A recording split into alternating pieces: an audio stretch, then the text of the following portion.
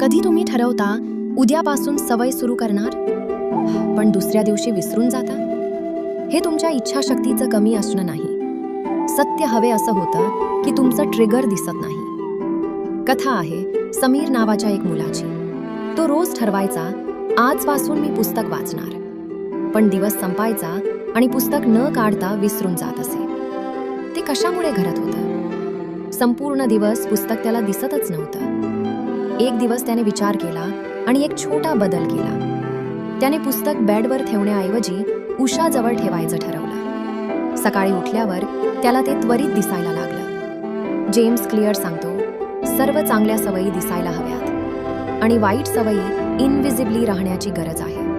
तेव्हा तुम्ही आलसी नाही, तुमच्याकडे फक्त योग्य रिमाइंडर नाही. जर तुम्हाला सवय निर्माण करायची असेल तर ती सवय दृश्यमान बनवा, कारण जे दिसतं तेच पुन्हा पुन्हा होणार आहे. संपूर्ण गोष्टीचं सारांश म्हणजे सवयी दृश्यमान ठेवल्यावर त्यांचा अभ्यास करणे सोपे होतं.